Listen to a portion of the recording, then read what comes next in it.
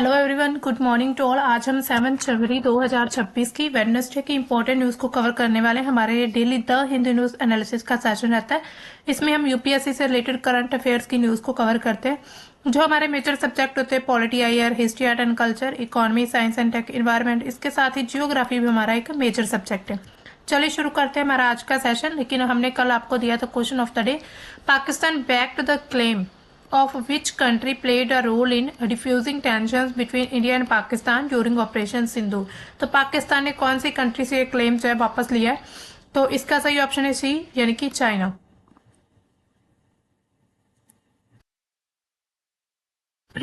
आज की हमारी first news, India turned to Trump aides firm during standoff with Pakistan. यानी कि पाकिस्तान के साथ हमारा जो अभी आपको पता ही है कि गतिरोध चल रहा है हमारा भारत और पाकिस्तान का, उसी के दौरान भारत ने ट्रंप के जो सहयोगी हैं उनकी कंपनी से मदद ली है। मदद किस तरह की देख लेते हैं इसको, ठीक है। भारत के वॉशिंगटन में जो एक दूतावास है, यानी कि वहां पर जो एक वॉशिंगटन में भारत का एक एम्बेसडर है, उन्होंने एजेंसी जो है वहां पर उन्होंने अपनी मतलब कि वहां पर जो है वॉशिंगटन में, तो उसमें एम्बेसडर नहीं, एम्बेसी है जो इंडियन एम्बेसी, तो उनमें एक लॉबिंग फर्म को हायर किया था ताकि भारत और पाकिस्तान के बीच जो तनाव है मतलब उन तनाव के बीच जो हमारे विदेश मंत्री हैं एस जयशंकर, विदेश सचिव और भारत के जो राजदूत हैं, उनके लिए अमेरिका में एक उच्च स्तरीय सरकारी अधिकारियों से मिलने की एक व्यवस्था, यानी कि एम्बेसी की यहाँ पर बात हो रही है कि एम्बेसी स्थापित की गई थी। तो कंपनी कौन सी थी? ये जो फर्म थी SHW, ये जो थी, इस फर्म का नाम क्या था? SHW, और इसके साथ ही LLC, जिसका नेतृत्व यानी कि इसको लीड कौन कर रहे थे? जैसन मिलर, जो कि अमेरिका राष्ट्रपति डोनाल्ड ट्रंप के उनके सहयोगी हैं, यानी कि उनके दोस्त हम मान सकते हैं। यहाँ पर आप उन दोनों की पिक्चर देख सकते, जैसन मिलर और ट्रंप की। तो ये जो है जैसन मिलर, ये है लीडर है या फिर प्रिंसिपल है SHW LLC की। तो इसी तरह ये कंपनी थी। अब देखिए मिलने वाले अधिकारी कौन से थे, मतलब कि इस कंपनी के माध्यम से उन्होंने एक वहां पर एम्बेसी बनाई अमेरिका में भारत ने, और फिर मिलने वाले कौन थे?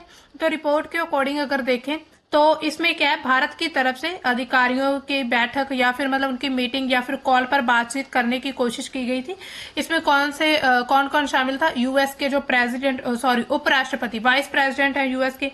इसके अलावा रक्षा मंत्री यानी कि सेक्रेटरी ऑफ डिफेंस है, CIA प्रमुख है उनके। इसके अलावा व्हाइट हाउस के chief of staff, national security council के अधिकारी, इन सभी ने मिलकर जो है एक बैठक करनी थी। बैठक का उद्देश्य क्या था इसमें?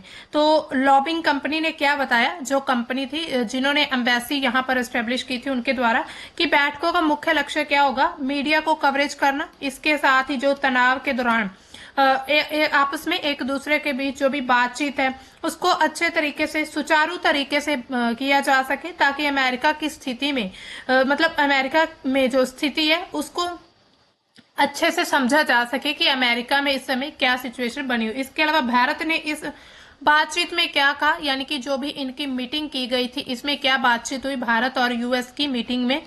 तो भारत ने क्या कहा कि हर बार भारत ने कहा कि जो पाकिस्तान के साथ जो सीज फायर है उसमें या फिर बातचीत में किसी तीसरे देश, खास करके यहाँ पर USA की बात हुई है, ये थर्ड कंट्री है जो भारत और पाकिस्तान के बीच आती है, उनकी मध्यस्थता नहीं हुई। यानी कि यहाँ पर अगर हम देखें तो स्पेशली इस बात पर वहां पर यानी कि डिस्कशन हुआ कि जो ऑपरेशन सिंदूर था, जो भारत ने ऑपरेशन सिंदूर किया था, उसी दौरान जो इंडिया और जो पाकिस्तान है उनके बीच जो सीज फायर है, वो सीज फायर करवाने का जो पूरा क्रेडिट जो है ना वो USA लेता है, लेकिन भारत ने इस चीज को साफ नकार दिया।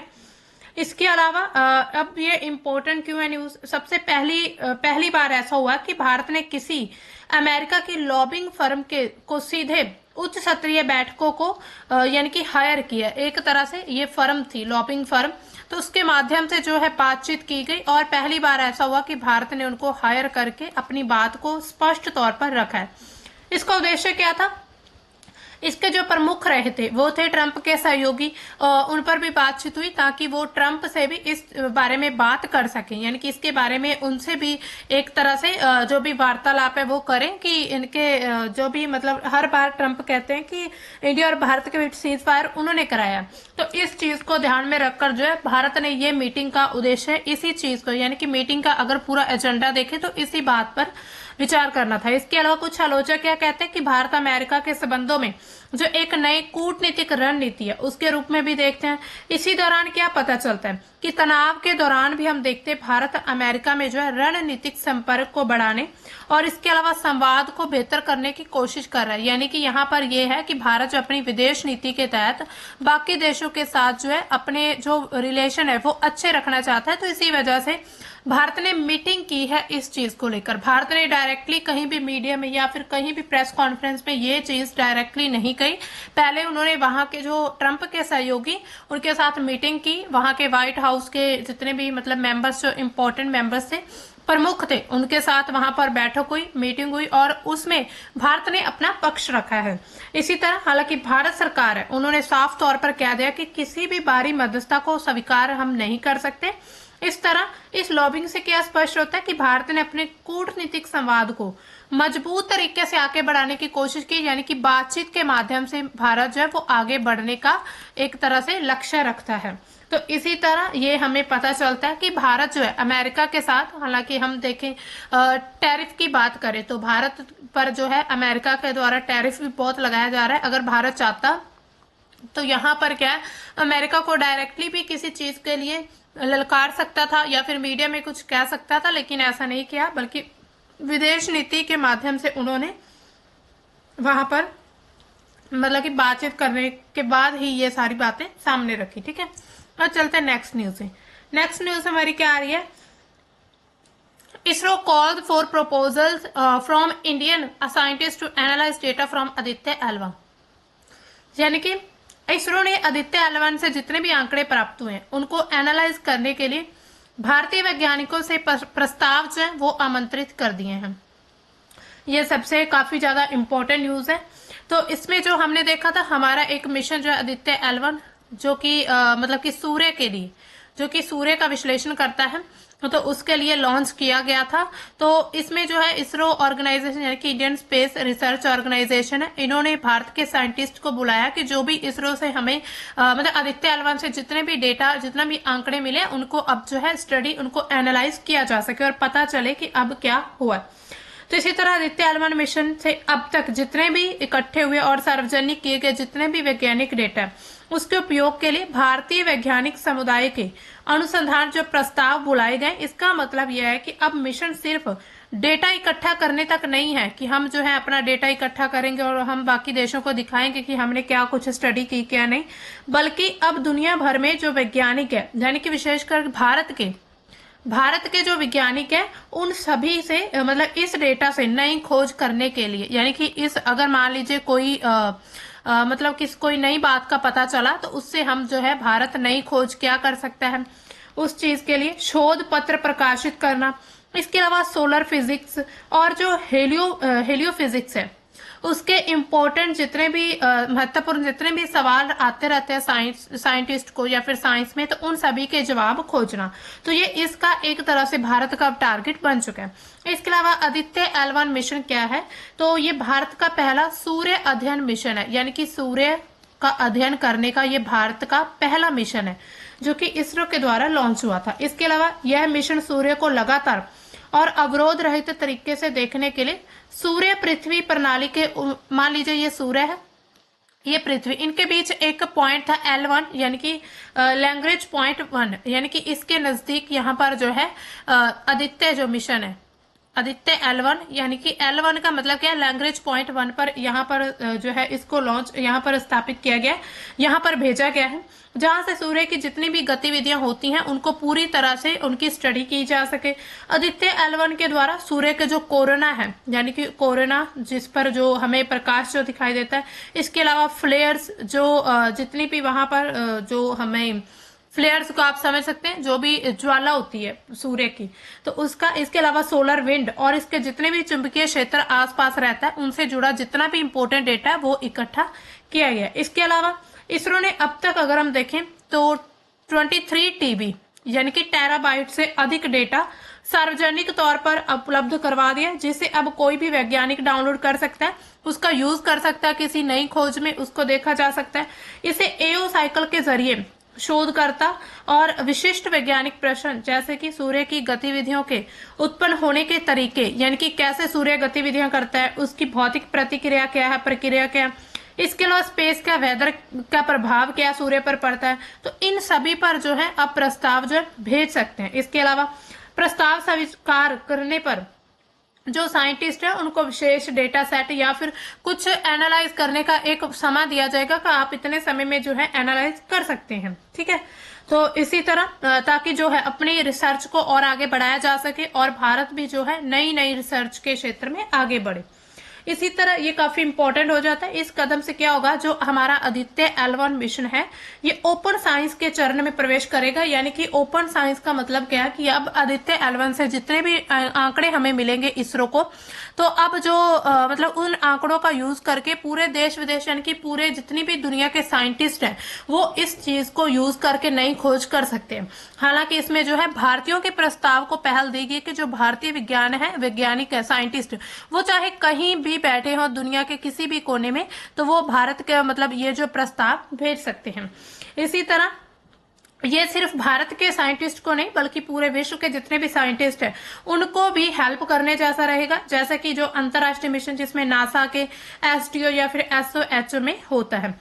इसी तरह इसके अलावा स्थानिक मौसम की जो भविष्यवाणी वो भी और अच्छी होगी, जो कि पृथ्वी पर सैटेलाइट, संचार सिस्टम, बिजली नेटवर्क, इन सभी प्रभावों को समझने में भी मदद करेगी। यानी कि एक तरह से अगर ये जो हमारा मतलब सूर्य की हम पूरी तरह से स्टडी कर लेते हैं, सन की स्टडी, तो उससे बहुत कुछ समझने को मदद मिल जाएगी। क्योंकि हमारा जो हमारी जो पृथ्वी है ये भी एक जो है सोलर सिस्टम का ही एक हिस्सा है। तो इसमें अगर हम मेन यानी कि जो हमारा सूर्य उसको समझ लेते हैं तो बाकी हमें बहुत सारी चीजें समझने में मदद मिल जाएगी। इसी तरह ये काफी ज्यादा इंपॉर्टेंट हो जाती है न्यूज इसरो से लेकर। अब चलते हैं हमारी नेक्स्ट न्यूज की तरफ। नेक्स्ट न्यूज क्या है, chief of army staff highlights modern warfare in UAE talk. यानी कि the chief of the army staff जो जनरल उपेंद्र द्विवेदी, उन्होंने क्या कहा है कि अपने भाषण में यूएई में इन्होंने भाषण दिया, उसमें उन्होंने कहा सेना प्रमुख ने आधुनिक युद्ध कला यानी कि मॉडर्न वॉरफेयर पर इन्होंने बातचीत की। इस चीज को लेकर इन्होंने अपने बयान दिए, यानी कि इस बात पर उन्होंने मॉडर्न वॉरफेयर पर इन्होंने जो है आधुनिक जो युद्ध की तकनीक है उस पर इन्होंने प्रकाश डाला है। तो अब देखिए यूएई में अपने भाषण में जो सेना प्रमुख है उन्होंने क्या कहा, सबसे पहले उन्होंने कहा मौका और पृष्ठभूमि। यानी कि सबसे पहली बात उन्होंने कही मौका और पृष्ठभूमि, यानी कि भारतीय थल सेना के जो प्रमुख हैं ये जनरल उपेंद्र द्विवेदी संयुक्त अरब अमीरात के दौरे पर गए हुए हैं, वहां पर यानी कि दौरा करने गए हैं। और इसी दौरान उन्होंने यूएई जो नेशनल डिफेंस कॉलेज है एनडीसी, उसमें उच्च सैन्य अधिकारी और जितने भी वहां पर अफसर हैं उन सभी से बातचीत की, उनको संबोधित किया, यानी कि अपना वहां पर उन्होंने भाषण दिया। ठीक है, भाषण दिया उन्होंने। इसी ये जो आयोजन है दोनों देशों के बीच रक्षा, इसके अलावा रणनीतिक भागीदार और उसको मजबूत करने का, यानी जो भी विदेश नीति है या फिर अगर हम रिलेशंस की बात करें संबंधों की, तो उनको बेहतर बनाने के लिए कोशिश की गई है। तो इसी तरह आधुनिक युग कला कैसे, जो इन्होंने क्या बताया, जनरल द्विवेदी ने कहा कि वैश्विक सुरक्षा जो है अब पूरी तरह से बदल रही है। यानी कि अगर हम इन्वायरमेंट में देखें, अगर हम आज के समय पर देखें कि पूरे विश्व में जो हर देश किस तरह से अपनी सुरक्षा करना चाहता है, तो उसके तरीके लगातार बदलते जा रहे हैं। पारंपरिक जो मोर्चे थे, यानी कि पहले जो यूज किया जाता था सुरक्षा करने के लिए जैसे मोर्चे वगैरह, अब संघर्ष युद्ध सिर्फ जमीन, आकाश या समुद्र से नहीं लड़ा जाता, बल्कि अब इन्होंने यह क्या कहा है, साइबर क्राइम की बात की, यानी कि साइबर वॉर, इसके अलावा स्पेस वॉर, इसके साथ ही इंफॉर्मेशन टेक्नोलॉजी या फिर इंफॉर्मेशन मीडिया, अनमैन्ड सिस्टम, इतने जितने भी यानी कि रक्षा के क्षेत्र में बहुत सारे नए डोमेन आ चुके हैं। तो इन्होंने इस पर भी प्रकाश डाला है। उन्होंने कहा कि आज के समय पर जैसे हम सभी को पता है कि आर्टिफिशियल इंटेलिजेंस जो है, आर्टिफिशियल इंटेलिजेंस, इसके साथ ही ऑटोनोमस सिस्टम, इसके साथ स्टिक हथियार, नेटवर्क आधारित जो भी संचालन होता है, अब ये सब जो है युद्ध का हिस्सा बन चुके हैं। यानी कि इनको पहले सिर्फ हम टेक्नोलॉजी मानते थे, लेकिन अब युद्ध इनके जरिए भी किया जाता है। इससे क्या होता कि निपटना मतलब देशों के लिए एक बड़ी चुनौती है। अगर कोई इन सभी चीजों से निपटना चाहता है, मान लीजिए कोई साइबर वॉर हो रही है, इसके साथ कोई स्पेस वॉर हो रही है, उसके साथ ही कोई एआई का यूज करके वॉर कर रहा है, या फिर कोई भी ऑटोनोमस जो सिस्टम होता है उसका यूज कर रहा है, तो ये सभी देशों के लिए एक बहुत बड़ी चुनौती है। तो इनसे निपटना कोई आसान बात नहीं है। इसके अलावा सेना प्रमुख ने क्या कहा कि जो भी नेता है उनको आधुनिक तकनीकें यानी कि मॉडर्नाइजेशन पर जो है हमें बातचीत करनी होगी। तो इसी चीज को लेकर इन्होंने संबोधन किया। पारंपरिक परीक्षण के साथ, यानी कि जो भी हम एक तरह से ट्रेडिशनल जो भी तरीके यूज किए जाते हैं वॉरफेयर के लिए, ट्रेडिशनल तरीके, उनके साथ मॉडर्न तरीकों को भी अपनाना होगा। इसके अलावा जितना भी परिदृश्य लगातार हमें बदलता नजर आ रहा है, उसमें नई सोच, इनोवेशन, ये काफी ज्यादा इम्पोर्टेंट है। मतलब इनोवेशन पर ध्यान देना होगा, ताकि नवाचार जो है वो बहुत ही ज्यादा जरूरी है, ताकि नई नई टेक्नोलॉजी, नए नए तरीके अगर सीखे जाएंगे या किए जाएंगे, तो उससे यह दूसरे देशों के साथ युद्ध में उनका जो है मतलब उनका सामना किया जा सकता है। तो इसी तरह उन्होंने और क्या कहा कि आज के समय में युद्ध सिर्फ हथियारों से नहीं जीता जाता, बल्कि रणनीति, इसके साथ ही तकनीकी श्रेष्ठता, जानकारी संचालन यानी कि इंफॉर्मेशन ऑपरेशंस जो होते हैं वो भी बहुत बड़ी भूमिका निभाते हैं। इसके अलावा रक्षा सहयोग पर बातचीत की गई दोनों देशों की। भारत और यूएई के बीच जो रक्षा सहयोग रणनीतिक रूप से भी काफी महत्वपूर्ण है। दोनों देशों के बीच मजबूत द्विपक्षीय, इसके अलावा बहुपक्षीय जो है रक्षा सहयोग की आवश्यकता पर बात की गई। इसमें और क्या कहा गया, साझा मतलब विशेषता, यानी कि एक दूसरे के साथ जितनी भी एक्सपर्टीज है, यानी कि जो भी किसी काम में अगर कोई एक देश जो है एक्सपर्ट है, मान लीजिए कि भारत किसी एक तरह से एआई के क्षेत्र में एक्सपर्ट हो जाता है, उसी तरह जो है ऑटोनोमस सिस्टम में जो है ये मतलब यूएई जो है ये पूरा एक्सपर्ट बन जाता है। दोनों के साथ जो है दोनों के साथ एक दूसरे के साथ दोनों साझा कर सकते हैं अपनी जो भी टेक्नोलॉजी, अपनी तकनीक है। इससे क्या होगा, पूरे क्षेत्र में शांति और सुरक्षा मतलब बनी रहेगी और उसको बढ़ावा मिलेगा। इसके अलावा उन्होंने यही चीज कही कि अब सभी देश, यानी कि जिनके साथ भी, जैसे कि उन्होंने स्पेशली यहाँ पर यूएई और इंडिया की बात की कि इन दोनों देशों को एक दूसरे के सहयोगी बनना होगा रक्षा के क्षेत्र में भी। ठीक है, अब चलते हैं नेक्स्ट न्यूज की तरफ। हमारा ये नेक्स्ट एडिटोरियल है। एडिटोरियल हमारा क्या कहता है,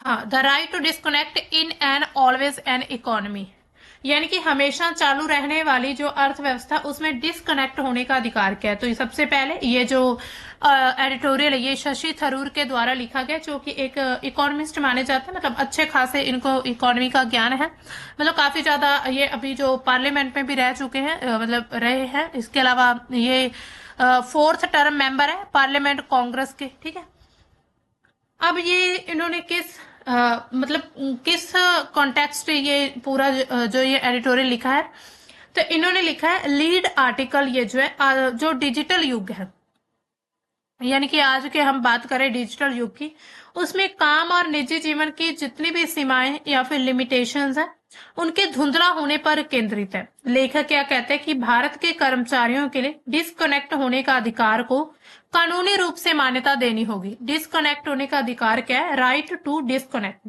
ताकि जो काम के घंटे हैं उनके बाहर काम, मतलब काम के घंटों के बाहर काम संबंधी जितना भी संचार है या फिर काम संबंधी जो बातचीत होती रहती है, उससे जो है मुक्त रहने की गारंटी मिले, और सार्वजनिक स्वास्थ्य, आर्थिक उत्पादकता, इसके अलावा सामाजिक स्थिरता के लिए भी काफी इंपॉर्टेंट है।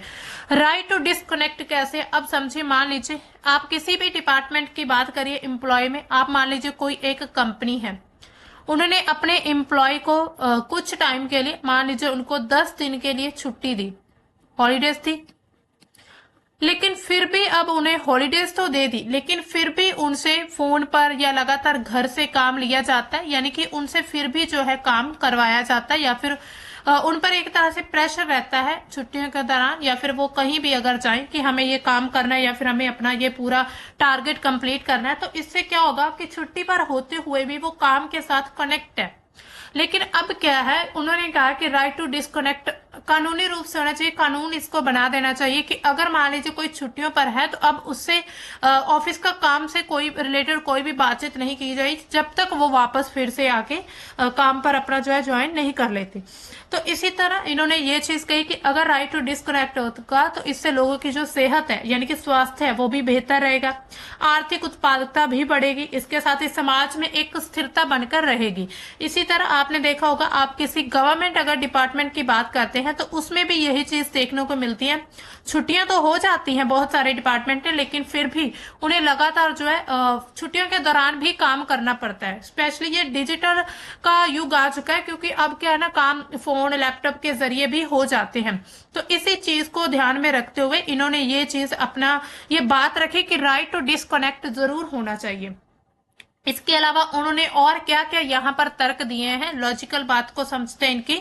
तो ये क्या कहते हैं, इन्होंने कहा है कि समस्या की गंभीरता को समझे, यानी कि भारत में जो है ओवर वर्क कल्चर लगातार बढ़ता जा रहा है, यानी कि ओवर वर्क कल्चर लगातार जो भारत में वो कैसा है, इस पर इन्होंने अपने तर्क रखे। सबसे पहले इन्होंने कहा कि स्मार्टफोन लैपटॉप इसके साथ ही ईमेल जो है उन्होंने शाम, इसके अलावा जो हमारा मतलब इवनिंग के टाइम, उसके अलावा जो हमारा वीकेंड का होता है और छुट्टियों को भी काम का हिस्सा बना दी, यानी कि इन सभी के जरिए जो है घर बैठे भी ये जो है व्यक्ति उनसे काम लिया जाता है या फिर उनको काम करना पड़ता है। ILO के आंकड़े क्या कहते हैं कि भारत की 51% कार्यबल सप्ताह में 49 घंटों से ज्यादा काम करती है, यानी कि विश्व में दूसरा स्थान इसको दिया जा रहा है आंकड़ों के जरिए। इसके अलावा 78% जो कर्मचारी हैं वो बर्न आउट क्या होता है, थकावट, तनाव, इन सभी का शिकार हो रहा है, जिससे क्या हो रहा है, हाइपरटेंशन, डायबिटीज, चिंता, डिप्रेशन जैसी जितनी भी बीमारियां वो लगातार बढ़ती आ रही, क्योंकि काम का प्रेशर ही इतना ज्यादा होता है। राष्ट्रीय मानसिक स्वास्थ्य सर्वे के अकॉर्डिंग जो मानसिक स्वास्थ्य समस्या उसके लिए 10 से 12% जो मामले हैं वो काम की वजह से उनको तनाव होने के कारण जुड़े हुए हैं। इसके अलावा 2024 में जो है कर्मचारी अन्ना सेबेस्टियन पेराइयल की अधिक काम के कारण मृत्यु हो चुकी थी, और इसी मुद्दे को यहाँ पर उजागर किया गया, यानी कि एक ऐसे व्यक्ति काम की वजह से उनकी मृत्यु हो जाती है, यानी कि काम का इतना ज्यादा बोझ था। अब इसमें कानून की कमी कहाँ पर है, वो क्या बताते हैं कानून के बारे में कि जो ऑक्यूपेशनल सेफ्टी होती है, हेल्थ एंड वर्किंग कंडीशंस होती है, कोड 2020, यानी कि एक तरह से ये कोड है, उसमें काम के घंटों की सीमा केवल वर्कर्स पर लागू है, लेकिन कई एम्प्लॉय खासकर जो कॉन्ट्रेक्चुअल होते हैं या फिर फ्रीलांस या फिर गिग वर्कर्स होते हैं, उन सभी के लिए ये चीज बाहर रखी गई है, यानी कि कॉन्ट्रैक्ट पर कुछ काम करते कुछ समय के लिए। इसके अलावा फ्रीलांस होते हैं, गिग वर्कर्स होते हैं जैसे कि स्विगी वगैरह, इन सभी के जरिए, तो उन सभी के लिए काम की जो सीमा वो तय नहीं की गई। काम के घंटे के बाहर जितने भी मतलब उनको मैसेजेस वगैरह का अगर वो रिप्लाई नहीं दे पाते, उनको सजा या फिर भेदभाव का डर रहता है कि अगर हमने टाइम पर रिस्पॉन्स नहीं दिया तो हमें सजा मिल सकती है या फिर हमारा काम जा सकता है। तो इसी वजह से जो है लोगों के मन में जो है, वर्कर्स के मन में जो लगातार डर बनता आ रहा है, तो इन्होंने इसी चीज पर बात की। उसके बाद इन्होंने क्या कहा कि प्रस्तावित समाधान इनका क्या है, शशि थरूर का इनका एक प्राइवेट मेंबर बिल इन्होंने जो है अपना यहाँ पर प्रस्ताव रखा है, इन्होंने बिल की बात की है यहाँ पर।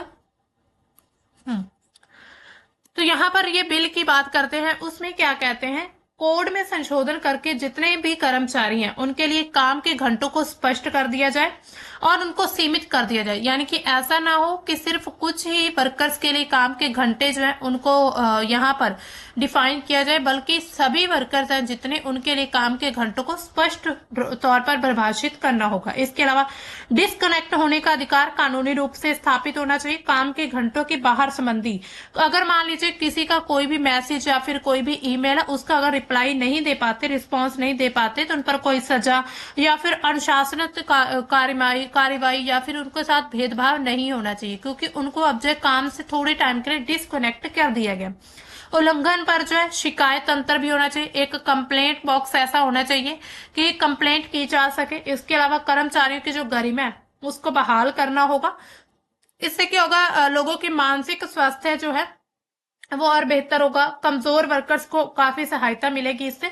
अब इसमें उन्होंने पूरे विश्व के उदाहरण भी यहाँ पर बताए। सबसे पहले फ्रांस का इन्होंने उदाहरण दिया। फ्रांस ने 2017 में सबसे पहले ये अधिकार लागू किया था, यानी कि पहली कंट्री जो है वो फ्रांस है जिन्होंने राइट टू डिस्कनेक्ट जो है बनाया था, मतलब इन्होंने लागू किया था। इसके अलावा पुर्तगाल, इटली, आयरलैंड, ऑस्ट्रेलिया, इन सभी ने भी कानून बनाए जहां पर कंपनियों को काम के घंटों के बाहर जो है डिजिटल संचार सीमित करने का प्रोटोकॉल भी बनाने पड़ते हैं कि अगर हमने डिजिटल रूप से किसी से कितने समय के लिए या फिर कब मैसेज करना, कब उससे बात करनी, या फिर कब उनके साथ हमने एक तरह से अपनी जो कनेक्टिविटी बनाकर रखनी, उनके लिए भी कुछ प्रोटोकॉल बनाने पड़ते हैं।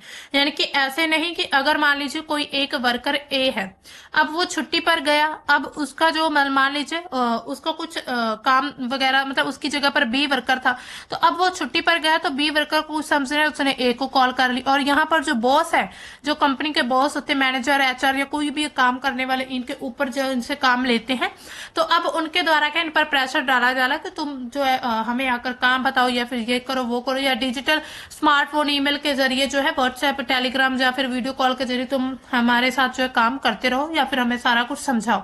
तो इससे क्या होगा कि उन पर भी, उस पर भी प्रेशर बनेगा। तो इन सभी चीजों के लिए अब कुछ नियम बनाने होंगे कि अगर आपने इस व्यक्ति को पूछना है या फिर इनसे कुछ मतलब बातचीत करनी है, तो आपको किस दौरान किस तरह से करनी होगी, तो पूरे प्रोटोकॉल के साथ। ये देश क्या मानते हैं कि आराम का समय टिकाऊ विकास के लिए जरूरी होता है, कि आराम जरूर मिलना चाहिए। यानी कि अगर किसी को आराम नहीं दिया जा रहा तो इट मीन्स कि वो व्यक्ति सही से अपना काम नहीं कर पाएगा। भारत में केरल ने निजी क्षेत्र के लिए राज्य स्तर पर ऐसा कानून बनाया है, लेकिन राष्ट्रीय स्तर पर बनाने की जरूरत है। यानी कि केरल राज्य में ऐसा ही होता है, उन्होंने अपने निजी क्षेत्र में बनाया, यानी कि प्राइवेट कंपनीज जो है, या फिर अगर हम मतलब कि प्राइवेट जो वहां पर जो भी प्राइवेट सेक्टर, उसके लिए ये कानून बनाया गया, राइट टू डिस्कनेक्ट। तो इसी तरह भारत में पूरे राष्ट्र में ऐसे कानून जो है लागू होने चाहिए। इसके साथ ही कानून से आगे की जरूरतें क्या है इन्होंने बताई हैं कि कानून मतलब सिर्फ कानून काफी नहीं होगा, वहां पर जागरूकता होनी चाहिए। इसके साथ ही वर्कशॉप, सांस्कृतिक बदलाव, ये सब जरूरी होने चाहिए। इसके साथ ही जो कंपनियां हैं उनकी जो मेंटल हेल्थ है, मेंटल हेल्थ सपोर्ट जैसी जितनी भी काउंसलिंग है, काउंसलिंग भी अगर उनको दी जाएगी तो हो सकता है उनके जो तनाव के कारण उनके जो सुसाइडल थॉट्स आते हैं, या फिर उनके दिमाग में जो एक तरह से प्रेशर बना रहता है काम का, वो कम हो सके। तो इसी तरह लेखक यही कहते शशि थरूर इस पूरे एडिटोरियल में कि राइट टू डिस्कनेक्ट जो है वो कानूनी रूप पर मान्यता मिलनी चाहिए उसको, और पूरे राष्ट्र में उसको लागू करना चाहिए, ताकि उत्पादकता, रचनात्मकता और प्रतिबद्धता इससे बढ़ेगी। भारत अपनी युवा जनसंख्या को बर्नआउट से बचा सकता है, क्योंकि अगर बर्नआउट यानी कि तनाव जैसी सिचुएशन बनती गई तो हमें बहुत सारे लोगों की जो है, हम केसेस देखते रहते काम की वजह से उन्होंने अपना जो है मतलब सुसाइड कर ली, या फिर ऐसे काफी घटनाएं आती रहती हैं। अब चलते हैं हमारे नेक्स्ट न्यूज की तरफ। Ministry for doubling auto PLI allocation to 5800 crore rupees, यानी कि मंत्रालय ने ऑटो पीएलआई आवंटन को दुगना करके इतना मतलब 5800 करोड़ रुपए रखने का प्रस्ताव रखा है। तो प्रस्ताव क्या, जो हमारी यहाँ पर मिनिस्ट्री ऑफ हैवी इंडस्ट्रीज है, यानी कि भारी उद्योग मंत्रालय ने सुझाव दिया कि अगले वित्त वर्ष में, फाइनेंशियल ईयर 27 की बात हो रही है यहाँ पर, तो उसमें ऑटो पीएलआई योजना जो है उसका कुल आवंटन यानी कि बजट की बात करें तो वर्तमान में अगर हम देखें तो 2800 से लेकर 3000 करोड़ रुपए है। इसके अलावा इसको करके जो है 5500 से लेकर 5800 यानी कि 5800 करोड़ रुपीस कर देना चाहिए, ताकि जो दुगनी वृद्धि हो पाएगी। इससे इसे बढ़ाना क्यों जरूरी समझा जा रहा है? सरकार क्या चाहती है, इलेक्ट्रिक और एडवांस ऑटोमेटिव तकनीक के मैन्युफैक्चरिंग को घरेलू रूप से काफी ज्यादा मजबूत करना। यानी कि अगर मैन्युफैक्चरिंग सेक्टर को मजबूत किया जाएगा तो भारत जो एक इलेक्ट्रिक व्हीकल हब बन सकता है। और मौजूदा आवंटन के बावजूद डिसबर्सल यानी कि वितरण जो है वो काफी ज्यादा पिछड़ा हुआ है। कई क्षेत्र में कुछ कंपनियों को इनका बजट नहीं मिल पा रहा और कुछ नई कंपनियां जो है प्रोत्साहन का लाभ भी नहीं उठा पा रही। इसी वजह से इस बजट को बढ़ाने की कोशिश की जा रही है। अब देखिए पीएलआई ऑटो योजना की जो पृष्ठभूमि क्या है, पीएलआई ऑटो स्कीम का उद्देश्य भारत में उच्च तकनीक वाले वाहन होते हैं उनके पार्ट्स का स्थानीय उत्पादन को बढ़ावा देना। योजना जो है फाइनेंशियल ईयर 23-24 से लेकर 2027-28 तक जो है इसको लागू किया गया, यानी कि इसका एक टारगेट रखा है, योजना यहाँ से इतने साल से इतने साल तक चलेगी। इसका टोटल अगर हम बजट देखें तो ये करीब मूल आवंटन लगभग कितना होगा, 25,938 करोड़। अब तक योजना के तहत इसको जो है 35,000 करोड़ से अधिक निवेश करने की प्रतिबद्धता जताई जा रही है कि इतना जो है निवेश किया जाएगा। हालांकि उसमें भी काफी थोड़ा मतलब प्रगति देखे तो कम देखी जा रही। इसके अलावा किस उद्योग को लाभ मिलेगा इस चीज से, अब देखिए सबसे पहले अगर भारत का जो मैन्युफैक्चरिंग सेक्टर है उसमें कुछ ऐसा नियम आता है या फिर उसको कुछ ऐसा प्रोत्साहन दिया जाता है तो भारत को पूरी ही भारत की इकोनॉमी को फायदा होगा इस चीज से। प्रमुख ऑटो कंपनियां जिसमें क्या है, टाटा मोटर्स हैं, Bajaj Auto, Mahindra and Mahindra Sons, इसके अलावा टीवीएस मोटर्स हैं, ओला इलेक्ट्रिक है, इन सभी ने इसी स्कीम के तहत जो है इन्वेस्ट किया हुआ है भारत में। और वित्तीय वर्ष 2025-26 के दौरान 2,000 करोड़ के प्रोत्साहन जो उसको भी डिसबर्स जो है किया गया है। इसका मतलब क्या होता है, सरकार क्या है अधिक प्रोत्साहन दे सकती है ताकि जो वाहन कंपनियां इसके अलावा उनके जो कंपोनेंट बनाने वाली कंपनीज हैं वो अपना निवेश इन्वेस्टमेंट भारत में बढ़ा सके। बढ़ा हुआ जो बजट होगा इलेक्ट्रिक वाहन, एडवांस्ड इलेक्ट्रॉनिक्स और जितनी भी तकनीक है उनमें भारत की प्रतिस्पर्धा को बढ़ावा देंगे। इसके अलावा निवेश, रोजगार दोनों को समर्थन मिलेगा और मेक इन इंडिया, आत्मनिर्भर भारत जैसे जितने भी टारगेट है वो एक तरह से उनका लक्ष्य पूरा हो पाएगा। तो इसी वजह से भारत की जो मतलब सरकार है वो इनका बजट बढ़ाने की कोशिश कर रही है। अब चलते हैं हमारी नेक्स्ट न्यूज की तरफ। नेक्स्ट न्यूज क्या है, करोड़पति IT filer search 22% in AY annual year 26 even as tax base stagnates। आयकर विभाग के 2026 में जो करोड़पति आयकर दाखिल करने वालों की संख्या में 22% वृद्धि हुई है, जबकि आधार स्थिर रहा। यानी कि टैक्स देने वाले जो एक तरह से विभाग है, हाँ जो करोड़पति उनमें 22% की वृद्धि देखी गई, लेकिन जो आधार है बेस वो वैसे ही स्थिर रहा। अब इसका मतलब क्या है, देखिए करोड़पति इनकम वाले लोगों की संख्या वो तेजी से बढ़ती जा रही है, यानी कि जिनकी करोड़ों में इनकम है। उच्च आय वर्ग वाले यानी कि जिन लोगों की आय 1 करोड़ से अधिक है उनमें टैक्स रिटर्न करने वालों की संख्या 22% बढ़ी है। इसका मतलब है कि या तो अधिक लोग अब इतना ज्यादा कमा रहे हैं कि या फिर ऐसे लोग पहले टैक्स नहीं भरते थे अब भर रहे हैं। यानी कि दो ही बात है, या तो ये ज्यादा कमा रहे हैं 1 करोड़ से ज्यादा, या फिर अब क्या यानी कि अब बहुत सारे लोग जब वो 1 करोड़ कमा रहे हैं, या फिर ये पहले टैक्स नहीं देते थे और अब उन्होंने टैक्स देना शुरू कर दिया। इसके अलावा टोटल टैक्स बेस क्या रहा है, ये नहीं बढ़ा। इसका अर्थ क्या, ज्यादातर जो भारतीय कर देता है यानी कि ज्यादातर जो लोग टैक्स देते हैं, टैक्स पेयर्स हैं जो कि कम से कम आय वाले होते हैं, यानी कि जिनकी जो मिनिमम सैलरी होती है उनकी संख्या में वृद्धि नहीं हुई। इसके अलावा कुल मिलाकर जो रिटर्न दाखिल करने वाले हैं उनकी संख्या में सिर्फ मामूली सी बढ़ोतरी देखी गई है। तो ये भी भारत के राजस्व में यानी कि भारत का जो एक तरह से इकोनॉमी में इसका भी प्रभाव पड़ता है।